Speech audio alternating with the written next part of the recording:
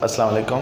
आज हमने first year physics में चैप्टर नंबर 6 में एक इम्पॉर्टेंट टॉपिक स्टडी करना है, जिसमें हम क्या पढ़ेंगे, इक्वेशन ऑफ कंटिन्यूटी। ठीक है, इक्वेशन ऑफ कंटिन्यूटी क्या है और फ्लूइड का रेट ऑफ फ्लो क्या होता है, क्या बिहेवियर फ्लूइड शो करता है जब वो फ्लो करता है। ठीक है, तो इसको डिफ़ाइन करने से पहले हम थोड़ा सा इसका एक डायग्राम बनाते हैं बेटा, थोड़ा सा समझते हैं ये है क्या चीज़। ये एक हमारे पास एक पाइप है, ये क्या बेटा, एक हमारे पास पाइप है, और ये जो पाइप है ना बेटा कुछ इस तरह से है हमारे पास, ऑफ यूनिफॉर्म थिकनेस। थिकनेस क्या है बेटा इसकी, यूनिफॉर्म। नॉन यूनिफॉर्म थिकनेस भी हो सकती है, यूनिफॉर्म थिकनेस भी हो सकती है। अब देखो यहाँ से हम इसमें पानी एंटर करते हैं, लेट्स सपोज क्या करते हैं बेटा, वाटर एंटर करते हैं। ये वाटर इसमें से फ़्लो करता है, फ़्लो करता हुआ यहाँ से एमिट होता है। बात समझ आ गई। हम इसमें देखते हैं कि कितना मैस इसमें से फ़्लो हो रहा है पर सेकेंड कितना volume of the fluid flow हो रहा है। लेट्स सपोज हम कहते हैं एक क्रॉस सेक्शनल एरिया ले लेते हैं, ये एक थोड़ा सा पार्ट ले लेते हैं इस पाइप का। इसकी जो डिस्प्लेसमेंट है बेटा यहाँ से लेके यहाँ तक वो है x। वो क्या है बेटा, x या डेल्टा x ले लें। और इस पाइप का जो क्रॉस सेक्शनल एरिया है वो a है बेटा, समझ आ गई। और इसमें m1 मैस बेटा आपका है मौजूद है वाटर का बेटा। ठीक है, इस m1 को हम डेल्टा m1 भी कह सकते हैं बेटा, इस तरह से। ठीक है, तो अब देखो इसी तरह अपर एंड के ऊपर भी हम क्या ले लेते हैं, क्रॉस एक लेंथ ले लेते हैं पाइप की इस तरह से बेटा, और इसकी जो लेंथ होगी वो डेल्टा x2 होगी, जैसे x1 थी बेटा। और इसका जो मैस इसमें मौजूद है बेटा वो m2 यानी डेल्टा m2 होगा, और इसका जो क्रॉस सेक्शनल एरिया होगा वो होगा a। बात समझ आ गई बेटा। किसी को ये बात समझ ना आए तो ज़रा पूछ लो बेटा। यानी कि हम यहाँ से वाटर इसमें फ़्लो करवाते हैं, वाटर मूव करवाते हैं, वाटर घूमता हुआ इधर से बाहर आता है बेटा पाइप से। ठीक है, ये जो पाइप है इसका हमने छोटा सा पीस लिया है। ठीक, हमने कुछ क्रॉस सेक्शनल एरियाज़ बेटा इसके हमने लिए हैं। ये एरिया है ए और ये भी एरिया है ए। ये यूनिफॉर्म थिकनेस का पाइप है आपके पास, यहाँ पे भी एरिया है और यहाँ पे भी क्या बेटा, एरिया ए है बेटा। ठीक है, देखो ज़रा, अगर हम मालूम ये करना चाहते हैं कि इस एरिया, इस लेंथ में से कितना मैस पर सेकेंड फ़्लो करता है, कितना मैस पर सेकेंड फ़्लो करता है, तो हम उसको कैसे करें, पहले मैस कैलकुलेट करेंगे। हम जानते हैं डेंसिटी किसी भी मटेरियल के निकालने के लिए हमें क्या करना पड़ता है बेटा, मैस पर यूनिट वॉल्यूम। बात समझ आ गई, मैस ओवर वॉल्यूम यानी रेशो लेते हैं मैस और वॉल्यूम की बेटा। ठीक है, तो देखो अगर हमने मालूम करना है मैस, तो ये बन जाएगा m is equal to rho v, where v is the volume.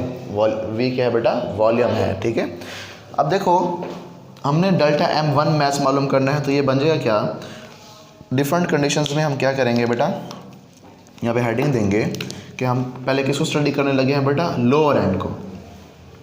m mass at lower end, जो lower end of the pipe है उसके ऊपर हम मैस की वैल्यू कैलकुलेट करना चाहते हैं, कितनी वाटर है, कितना वाटर है जो फ्लो कर रहा है, वाटर क्या मैस है जो कि फ्लो कर रहा है बेटा। ठीक है, हम उस मैस को कैसे कैलकुलेट करेंगे बेटा, हम कहेंगे डेल्टा m1 जो मैस है वो आपने लिया है और वो फ्लो कर रहा है किस लेंथ के अक्रॉस, किस लेंथ के थ्रू बेटा, डेल्टा x1 उसकी लेंथ है बेटा पाइप की, जो आप पार्ट लिया हुआ आपने छोटा सा पार्ट ये वाला, समझ आ गई। और जो उसका क्रॉस सेक्शनल एरिया है पाइप का वो a है, क्रॉस सेक्शनल एरिया है जो ये फ़र्ज़ कर लो पाइप है, ये वाला जो पार्ट है इसके जो अगर एरिया मालूम कर लें आप, ये एरिया क्या कहलाता है बेटा, क्रॉस सेक्शनल एरिया कहलाता है। समझ आ गई। अच्छा, इसी तरह हमारा डेल्टा t टाइम के लिए के तक वो फ्लो करता रहता है बेटा। ठीक है, अब आप देखो कि आपने ये मैस का फार्मूला है, आप कहते हैं delta m1 is equal to rho v1, rho v1 कर दें क्योंकि डेंसिटी आप रो 1 ले लें और वॉल्यूम v1 ले लें बेटा। ठीक है, अब v1 कैसे मालूम करते हैं, v1 मालूम करते हैं बेटा कुछ इस तरह से कि वॉल्यूम जो होता है किसी भी पाइप का वो बराबर होता है एरिया मल्टीप्लाई लेंथ।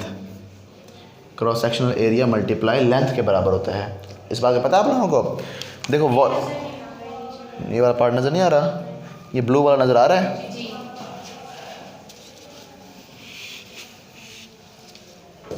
हम वॉल्यूम अगर इसका लेना चाहें वॉल्यूम V1, तो V1 वॉल्यूम जो होगा वो बराबर होगा बेटा किसके, अगर इसको एरिया को A1 कह दें और इस एरिया को A2 का नाम दे दें, तो वो बराबर होगा A1 मल्टीप्लाई डेल्टा x1। बस में जाके वॉल्यूम का यूनिट क्या होता है बेटा? क्यूबिक मीटर, मीटर क्यूब होता है ना बेटा। तो देखो एरिया का यूनिट था मीटर स्क्वायर और एक लेंथ का यूनिट मीटर, मीटर स्क्वायर से जब मीटर मल्टीप्लाई होता है मीटर क्यूब बन जाता है बेटा, वही वॉल्यूम वाले यूनिट से बन जाते हैं बेटा। बस में जाके पता चला कि एरिया को और लेंथ को मल्टीप्लाई कर दें तो आपके पास पाइप क्या बन जाएगा बेटा? वॉल्यूम बन जाएगा। क्या बन जाएगा बेटा? वॉल्यूम। अब देखो ये वॉल्यूम, ये V वॉल्यूम है बेटा, ये क्या है बेटा? V वॉल्यूम है। अब देखो आप ये वॉल्यूम की वैल्यू इस इक्वेशन में पुट कर सकते हो कि नहीं कर सकते? कर सकते हैं बेटा। हम कहेंगे so delta M1 is equal to rho A1 delta x1 rho 1। बात में जाके बेटा delta M1 is equal to rho 1 A1 delta x1 बेटा, ठीक है। अब ये लेंथ हमने कितनी ली है, अब इसको कैसे हम अंदाज़ा लगाएंगे इसका? हम जानते हैं लेंथ डिस्टेंस होता है, क्या होता है बेटा? डिस्टेंस। तो हम जानते हैं S is equal to V multiply delta T, ऐसा होता कि नहीं होता बेटा? अब देखो अगर जो हम लेंथ ले रहे हैं वो डेल्टा x1 के बराबर, किसके बराबर है बेटा? Delta x1। Delta x1 is equal to V1 delta T। समझ आ गई बेटा? ये बात किसी को समझ ना आई तो ज़रा पूछ लो, आ गई ना समझ? अब देखो ये वाली डेल्टा x1 की वैल्यू हम कहाँ पुट कर देंगे? इसकी जगह पे पुट कर देंगे। लेकिन delta M1 is equal to rho 1 A1 और बेटा V1 डेल्टा T। यहाँ तक कोई बात समझ ना आई तो ज़रा पूछ लो बेटा। ये मैथ्स 1 की वैल्यू आ गई, किसकी वैल्यू आ गई बेटा? मैथ्स 1 की वैल्यू आ गई, ठीक है। अच्छा अब देखो कि हम इसको कहते हैं इक्वेशन नंबर 1। इसी तरह हम मैथ्स 2 की वैल्यू मालूम करेंगे। किसकी वैल्यू मालूम करेंगे बेटा? मैथ्स 2 की जो अपर एंड के, भैया अभी हमने लोअर एंड की बात की है बेटा, अब हम अपर एंड की बात करेंगे कि कितना मैथ्स, ये तो हमने वो देखा लोअर एंड से कितना एंटर हो रहा था और देखें कितना मैथ्स बाहर निकलेगा इस पाइप से बेटा, ठीक है। तो अब हम देखेंगे कि भाई eight lower and, maths eight lower and देख लिया हमने। अब मैथ्स एट अपर एंड की बात करेंगे, ठीक है। अब वो कैसे मालूम करेंगे बेटा? देखो उसका जो मैथ्स होगा वो डेल्टा M2 होगा। नज़र नहीं आ रहा? ये भी नज़र नहीं आ रहा? अब डेल्टा M2 और इसकी जो लेंथ बनेगी डेल्टा x2 और जो इसका क्रॉस सेक्शनल एरिया बनेगा वो A2 होगा और डेल्टा T टाइम में वो फ्लो होगा वाटर बेटा, ठीक है। मैथ्स उसका दोबारा से यही वाला फार्मूला लगाएंगे, M is equal to rho V, तो फिर बेटा वही काम करें, delta M2 is equal to rho 2 और बेटा V की वैल्यू कैसे निकालेंगे? V2 कह देंगे इसको। हम लिखेंगे V2 तो दरअसल A2 इंटू डेल्टा x2 के बराबर होता है। समझ आ गई बेटा बात? नहीं जैसे हमने यहाँ पे कहा था V1 A1 x1 के बराबर होता है बेटा, तो इसमें V2 बेटा। अब देखो ये V2 की वैल्यू हम कहाँ पुट कर देंगे? इधर। ये बने delta M2 is equal to rho 2 A2 delta x2। अब ये लेंथ हमने मालूम करनी है। क्या मालूम करनी है बेटा? लेंथ। लेंथ कैसे मालूम करेंगे? समझ आ रही है बेटा? सर ये जो T है डेल्टा T के सेम ही रहेगा? हाँ सेम रहेगा जी बेटा, ठीक है। अच्छा अब देखो हम जानते हैं, दोबारा से यही फार्मूला लगाएंगे, S is equal to VT। अब जो लेंथ हम ले रहे हैं वो यहाँ पे x1 ली थी, यहाँ पे क्या लेंगे बेटा? x2। हम लिखेंगे यहाँ पे delta x2 is equal to V1 की जगह क्या लेंगे बेटा? V2 और मल्टीप्लाई डेल्टा T। समझ आ गई बेटा बात? ये डेल्टा x2 की वैल्यू हम कहाँ पुट कर देंगे? इस x2 की जगह पे पुट कर देंगे। समझ आ गई? अब ये क्या फार्मूला बनेगा? ये बनेगा delta M2 is equal to rho 2 A2 V2 into delta T। बात समझ आ गई? इसको कह देंगे इक्वेशन नंबर 2। अब देखो यहाँ पे हम यहाँ पे ऊपर एक बात लिख लें कि इसका जो प्रिंसिपल है, वर्किंग प्रिंसिपल जो है इसका जिसको ये ओबे करता है, वो प्रिंसिपल है जो इक्वेशन ऑफ कंटिन्यूटी है ना, वो मैनिफेस्टेशन है किसकी बेटा, लॉ ऑफ कंजर्वेशन ऑफ मास की बेटा। ये हमने जब चैप्टर का इंट्रोडक्शन पढ़ा था वहाँ पे मैंने बताया था आप लोगों को, ठीक है। ये मैनिफेस्टेशन किसकी है बेटा, it obeys the law of conservation of मास। उसके बाद जो हम बर्नौलीज इक्वेशन पढ़ेंगे वो मैनिफेस्टेशन होगी किसकी बेटा, law of conservation of energy की बेटा, ठीक है। ये लॉ ऑफ कंजर्वेशन ऑफ मास की मैनिफेस्टेशन है। इसका मतलब है कि जितना मास पाइप के अंदर एंटर होगा उतना ही मास पाइप से बाहर भी निकलेगा बेटा। बात समझ आ गई। तो डेल्टा M1 मास बराबर होगा डेल्टा M2 के बेटा। बात समझ आ गई। अब देखो ज़रा हम यहाँ पे अगर लिखें अकॉर्डिंग टू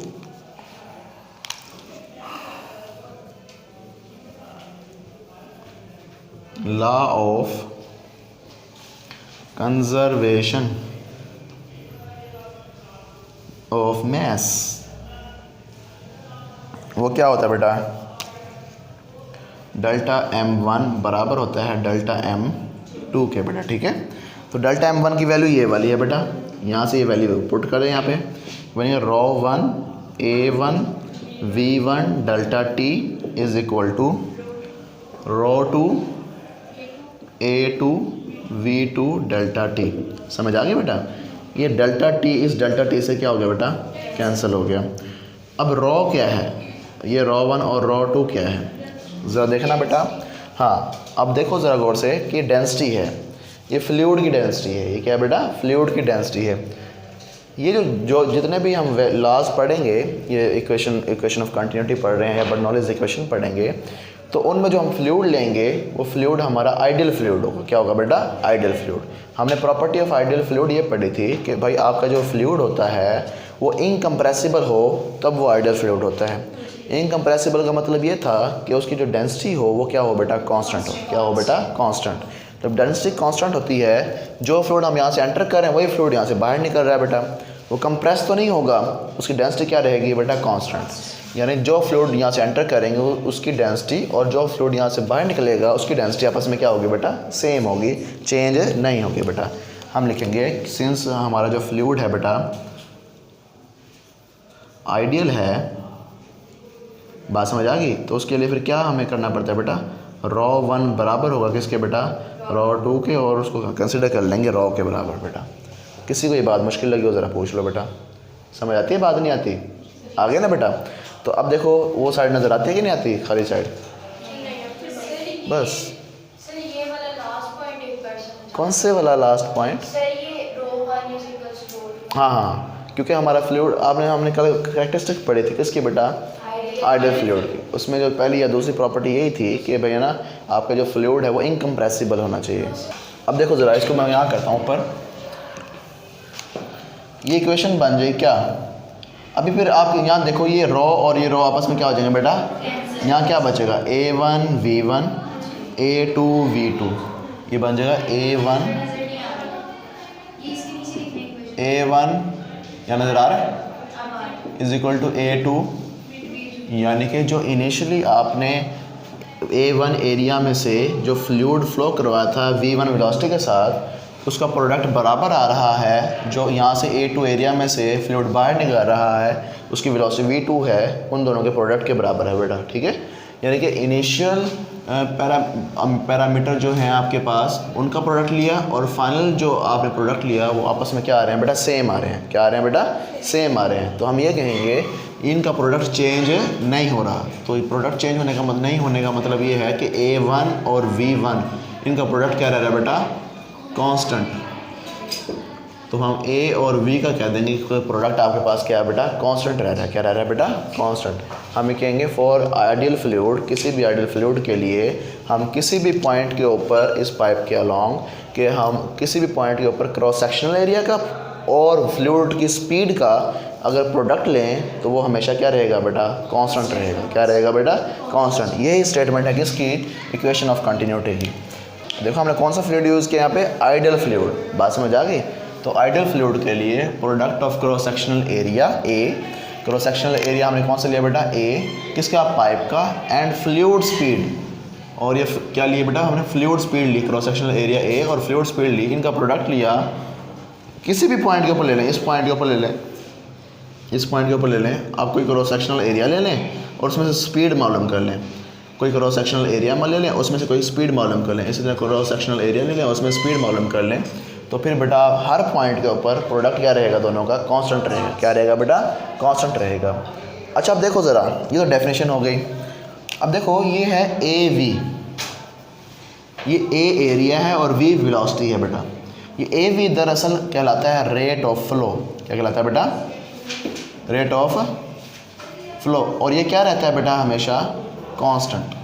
प्रोडक्ट कांस्टेंट रहता है ना, तो प्रोडक्ट किसके बराबर है, रेट ऑफ फ्लो के बराबर है, और वो किसके बराबर रहेगा, कांस्टेंट के बराबर। रेट ऑफ फ्लो क्या है बेटा, वॉल्यूम, एक सेकंड में क्या कितना आपका वाटर फ्लो कर रहा है बेटा, या फ्लूइड फ्लो कर रहा है, ये क्या कहलाता है बेटा, कांस्टेंट के इक्वल होता है। किसके बराबर होता है बेटा, कांस्टेंट के इक्वल होता है। अब ये वॉल्यूम पर सेकंड कैसे बन गया, ज़रा देखना गौर से। इसको अगर हम देखें ए मल्टीप्लाई वी को हम लिख सकते हैं डिस्टेंस ओवर टाइम या length covered by unit time. ठीक है बेटा। अब देखो एरिया मल्टीप्लाई लेंथ किसके बराबर होता है, वॉल्यूम के, तो ये बनेगा वॉल्यूम वी ओवर टी बेटा। ये वही चीज़ नहीं बन गई, समझ आ गई ना बेटा। तो वॉल्यूम पर सेकंड क्या कहलाता है बेटा, rate of flow. Rate of flow का यूनिट क्या होगा बेटा, क्यूबिक मीटर पर सेकंड। इसका यूनिट क्या बनेगा बेटा,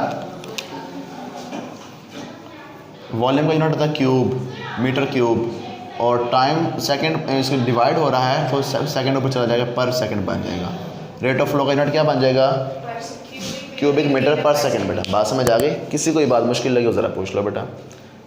if you have any question about the lecture you can ask freely in the comment section. अल्लाह हाफिज़।